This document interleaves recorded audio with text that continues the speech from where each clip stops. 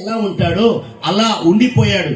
అసలు తన యొక్క దుఃఖం ఏంటి అంటే, ఒక రోగ పీడిత మనిషిలాగా మారాడు అంటే తన జీవితంలో ఎంత కన్నీరు, ఎంత దుఃఖం, ఎంత వేదన, ఎంత గుండెలు బద్దలయ్యేలాగా ఏడ్చి రోధించి కొన్ని దినములు ఆయన నిద్రకు ఆహారానికి దూరమైనట్టుగా లేఖనం చెప్తుంది. అంటే ఎలా మారిపోయాడంటే రోగము కలిగిన వ్యక్తిగా మారిపోయాడు. రాజు అన్నాడు, నీకు రోగము లేదు కదా అంటే ఆయన అన్నాడు, అవునండి నాకు రోగం లేదు. మరి ఎందుకు ఈ విచారణ అంటే, నా పితరులు సమాధులు కలిగిన నా పట్టణము పాడయుండగా నేను ఎలా సంతోషంగా ఉంటాను, నేనెలా ఆనందము, నేనెలా వండుకోగలుగుతాను, తినగలుగుతాను, త్రాగగలుగుతానండి రాజుగారు అని ఆ నెహెమ్యా అక్కడ నుండి బయలుదేరి సెలవు తీసుకొని అక్కడ నుండి యెరూషలేముకు కావలసిన మెటీరియల్, చెక్కలు, మ్రానులు అన్ని కూడా తీసుకొని యెరూషలేము పట్టణానికి వెళ్ళాడు. ఒక గుర్రం మీద అక్కడున్న పశువును ఎక్కాడు. పట్టణం అంతా తిరిగాడు. ఎక్కడెక్కడ గుమ్మాలు కాలిపోయినాయి, ఎక్కడెక్కడ ప్రాకారాలు కాలిపోయినాయి, అక్కడల్లా వెళ్ళి అన్ని కూడా పరిశీలన చేశాడు. దీనంతట్లో మీరు గమనించాల్సింది, ఈ నెహెమ్యా ఒక యాజకుడు కాదు, ఈ నెహెమ్యా ఒక సేవకుడు కాదు, ఈ నెహెమ్యా ఒక సంఘ పెద్ద కాదు. ఈ నెహెమ్యా నీలాంటి నాలాంటి ఒక బిలీవర్, విశ్వాసం. ఆ యెరూషలేము పాడైపోయిన తర్వాత ఎవరికి భారం ఉండాలి? యాజకులకు ఉండాలి, రాజులకు ఉండాలి, నాయకులకు ఉండాలి. బట్ కానీ ఈ నెహెమ్యా అన్ని బాగా ఉన్నాయి. ఏదో ఒక 10,000 20,000 లెక్కంపించి ఆ ప్రాకారాలు కట్టుకోమని చెప్పొచ్చు. కానీ నెహెమ్యా పని చేయలేదు. గుండెలు బద్దలైన వాడై అక్కడ సామాగ్రి తీసుకొని యెరూషలేముకి వెళ్ళాడు. వెళ్ళే ప్రదేశాలన్నీ తిరిగాడు. తిరిగిన తర్వాత ఆ ప్రజలందరికీ ఒక పిలుపునిచ్చాడు, మన మీద ఒక నింద ఉంది, తిరిగి ఆ నిందను తొలగించుకుందాము, రండి రండి వారిని పిలిచినప్పుడు ఆ ప్రజలందరూ చెయ్యి కలిపారు, గుండె కలిపారు, భుజం కలిపారు. ఏ విధంగా అయితే ఈ ఒక భౌతికమైన ఈ ఆలయాన్ని మీరు ఎలా కట్టారో ఆ ప్రజలందరూ కూడా ఆనాడు యెరూషలేములో ఉన్న ప్రాకారాల విషయమై మందిరమై కట్టబడతా ఉన్నప్పుడు అక్కడే ఆ పట్టణంలో ఉన్న అనేకులు నెహెమ్యాను ఏం చేయాలనుకున్నారంటే చంపజూచారు, హేళన చేసి చూచారు. ఆ సమయంలో ఒక పుకారు పుట్టించారు. ఏమని? నిన్ను చంపబోతున్నారు, నీ జీవితాన్ని ముగించబోతున్నారు అని చెప్పినప్పుడు నువ్వు వెళ్ళి గర్భాలయములో దాక్కో అన్న మాట వినబడినప్పుడు అప్పుడు అంటాడు, నా వంటి వాడు పారిపోవచ్చునా, నా వంటి వాడు దాక్కోవచ్చునా? ఇది దాక్కునే సమయం, పారిపోయే సమయమా? కాదే. ఈ సమయములోనే నేను పడిపోయిన ప్రాకారాలు, అగ్ని చేతబడిన కూల్చబడిన కాల్చబడిన ప్రాకారాలు కట్టవలసిన సమయము కదా ఇది కూర్చునే సమయం కాదు, ఇది నిద్రపోయే సమయం కాదు, ఇది సంపాదించుకునే సమయం కాదు, ఆనందించే సమయం కాదు. ఇగో పాడైపోయి శిథిలావస్థలో ఉన్న ఆ యొక్క ప్రాకారాలు కట్టాల్సిన సమయం కదా ఉన్నాడు.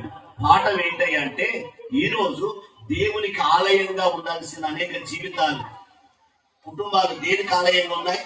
పాపానికి, నీచ నికృష్టమైన కార్యాలకి.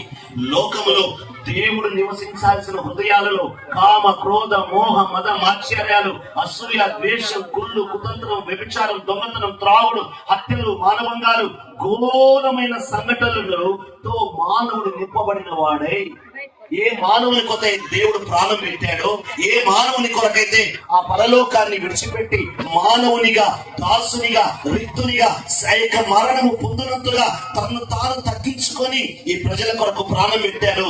ఇప్పుడు ఆ ప్రజలందరూ ఎలాంటి అవస్థలో ఉన్నారంటే శిథిలావస్థలో ఉన్నారు. పాపము చేత, ఘోరమైన వ్యసనముల చేత లోకములో నిత్య నరకానికి సిద్ధంగా ఉన్న ఈ దేవునికి ఆలయాలుగా ఉండాల్సిన ప్రజల హృదయాలు ఇప్పుడు ఏమై ఉన్నాయవా? పాపముతో ఉన్నాయి, నాశనములో ఉన్నాయి. ఇప్పుడు వెళ్ళి మనం వాళ్ళందరినీ ఏం చేయాలమ్మా? కట్టాలి. ఏం చేయాలి? దేవునికి ఆలయంగా వారిని కట్టాలి. ఎవరు కట్టాలి? ఇది ఎవరు కట్టాలి? మనమే మాట అస్సలు రావద్దు, నేను కట్టాలి. సర్వలోకానికి వెళ్ళి సర్వ సృష్టికి సువార్త ప్రకటించే అధికారాన్ని మనందరికీ దేవుడు ఇచ్చాడు. మీరు వెళ్ళి దాన్ని ఏం చేయాలి? ప్రకటించాలి. రాజీ పడకూడదు.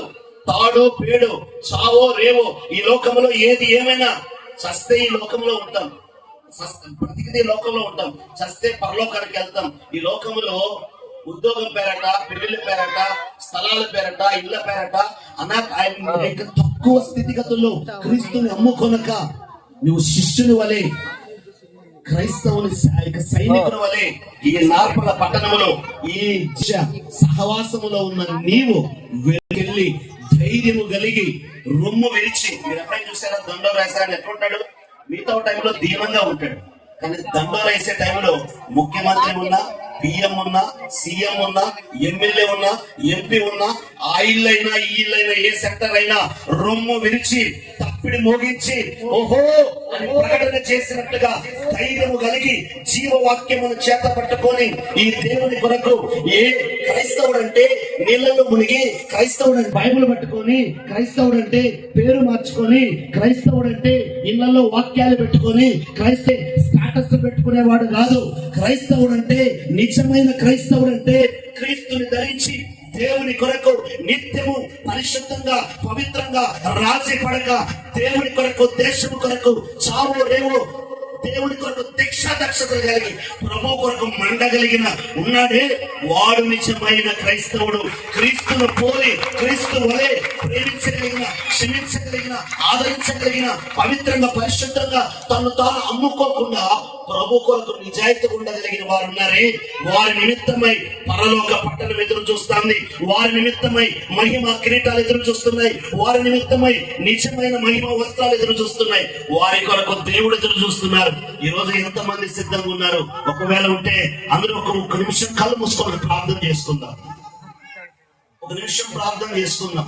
ఇంతకాలం నీ భక్తి ఎలా కొనసాగిందో లేదో నాకు తెలియదు, కానీ ఈ రోజు నుంచి దేవుని సన్నిధిలో నీవు దేవుని యొక్క సోల్జర్, క్రీస్తు సైనికుని వలె ఉండాలి.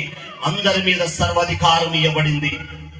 సర్వ సృష్టికి వెళ్ళి నా దేవుడు సజీవుడు, మహిమ మహా ఘనత కలిగిన వాడు ఈ భూలోకానికి మానవుడై ఇచ్చాడు. ఆయన లోకంలో 33 సంవత్సరాల కాలం జీవించాడు.